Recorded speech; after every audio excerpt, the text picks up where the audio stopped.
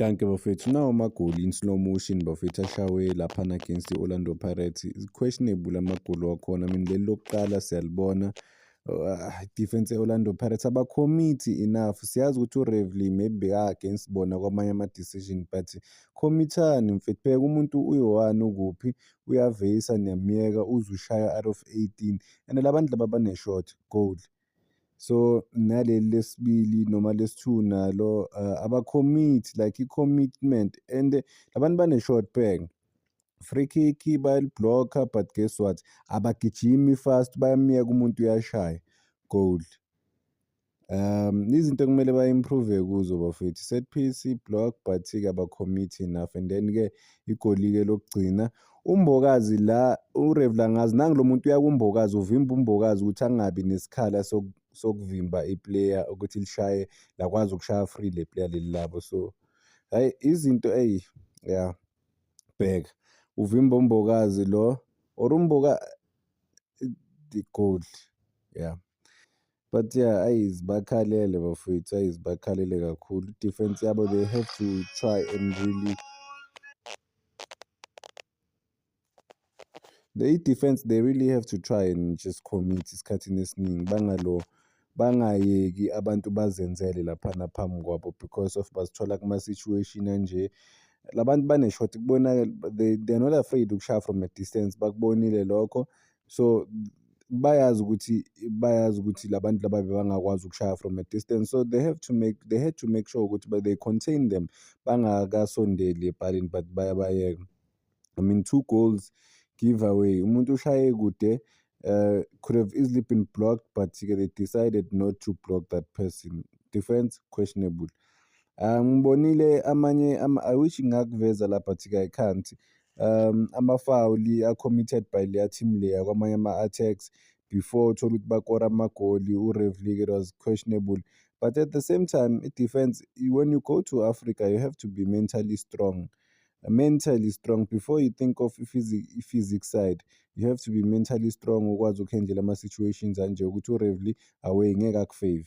So makangeke akufave uRevli what you have to do is to play your normal game ukuthi ukwazi ukuwina igame. Unfortunately bona they didn't go all out in terms of like believing in themselves and badlalele bona bakhohlwe uRevli bakhohlwe i-decision making. Defense commit all out bafethu angazi ipheya kaMbokazi noSibisi zange basebenzele but at the same time uNduli naye bekanomsebenzi laphana ukuthi ashilde noma ngithi aprotecte i-backline but akakwazanga because igoli lokuqala sibonile uNduli supposed to commit there and block that boy. In fact ngoba baveyise yena kokuqala wahluleka ukutacklea izi-tackle wahluleka and then umuntu nangu sekabhekane nebhala. In fact usasekude even uMbokazi aka-react quick so because they don't believe ukuthi abantu bangashaya out of 18 so bafuna ukuthi basondele ba-invite that's how they lost the game and you don't invite these guys bane-short they're not afraid ukushaya bekude. I mean dlala nabantu abafana noLilepo week in and week out ngiyambona uLilepo ukuthi ushaye kuphi so what's the difference between uLilepo nalabantu laba abanye bale Africa futhi-ke the worst part ukuthi abase-country kaLilepo I mean is showing us every week ukuthi they're not afraid ukushaya bekude. Niyabayeka labantu laba bashaya yiwo-ke ama-results lawa.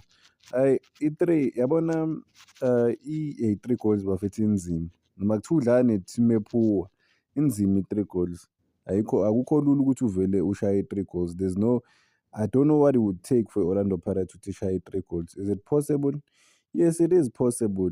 Ngakhohlwa ukuthi 3 goals is just i-minimum i-entry ukuthi i-must ukuthi bashaye 3 goals before they can even think of advancing to the next stage of the competition. So kumele baqale kuphi ku-3 goals. Are they ready ukuthi bashaye 3 goals? Akuzobonakala lapha ne-scoring but I know the fans will be behind Orlando Pirates ukuthi ikwazi ukwathola ama-results ukuthi ikwazi ukwathola amagoli. But with questionable defending, I think the team they will just sit back and try to waste time. But at the same time, bazoloke bashayile bekude because they saw ukuthi okay, we can score from a distance ish. Okay, let's keep trying. Maybe they'll try and catch Orlando Pirates who counter. Mawubheka pound to pound, Orlando Pirates is way better than this team. But being better on the day is not good enough. You have to get results. Ngoba you could be the best thing in the world, but if you're not getting result, then you're just useless on the day. Because scoreboard is mina everything, it's changer everything. But I think from the first whistle, Orlando Pirates will be chasing the game. From the first whistle, going to second half, leader 2-0, that would give them something. Ukuthi baphefumule kangcono. It's doable. Banabo abantu aba-capable. At the same time, khona izinto ekumele sizikhweshineke manje bafowethu. I-first starting 11 ye-Orlando Pirates if niyibonile ukuthi beyinjani, ingisurprise-ile mina considering, let's go back to starting 11 ye-Orlando Pirates, abantu ba-understand ukuthi kahle kahle ngithini. Ku-midfielder kuqale uMbuli, uNduli, uNemtajela, kuqale bona babawu-3 ku-midfield. Muremi laphana phambili, uMakgopa, uSibelebele, right? Then laphana emuva uSibisi, uMbokazi, uHotho, Libitso. So emuva they look convincing. Midfielder uNemtajela akanayo experience aku-continental level, even that aggression yaku-continental level. uNduli unayo le, uye kuphela unayo lapha neswini, because uMbuli udlalile ku-continental level, yes, but-ke like consistency yakhona because bayadlala kuma-teams akhona ku-continental level, thola ukuthi yena akadlali, akanayo that much experience. I don't know if it's fatigue from uMbuli because bebuya nakuba Bafana Bafana, but normally ku-Orlando Pirates uqala ebhentshini uSipho Mbuli. Sebelebele akanayo-ke ku-continental level. Muremi uzibuyela kumaZulu, akanayo ku-continental level. uMakgopa ngishile, yazi uma ngikhuluma ngoMakgopa izoluthi is not gonna give you goals uMakgopa. Yes, hard work ungakunika yona, but goals never. So nabo abantu abasebhentshini laphana ku-Orlando Pirates abanayo ilo experience ku-continental level.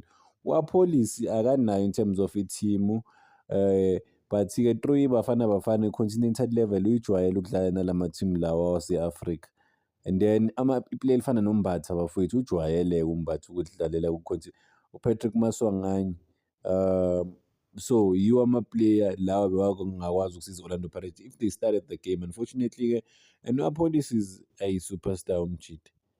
But-ke angisho ukuthi isquad se-Orlando Pirates mawusibheka on face value si-strong, but mase songena one by one uba-critic abantu, uyabona ukuthi possibly bekunama-loopholes. They could have done better in terms of starting lineup.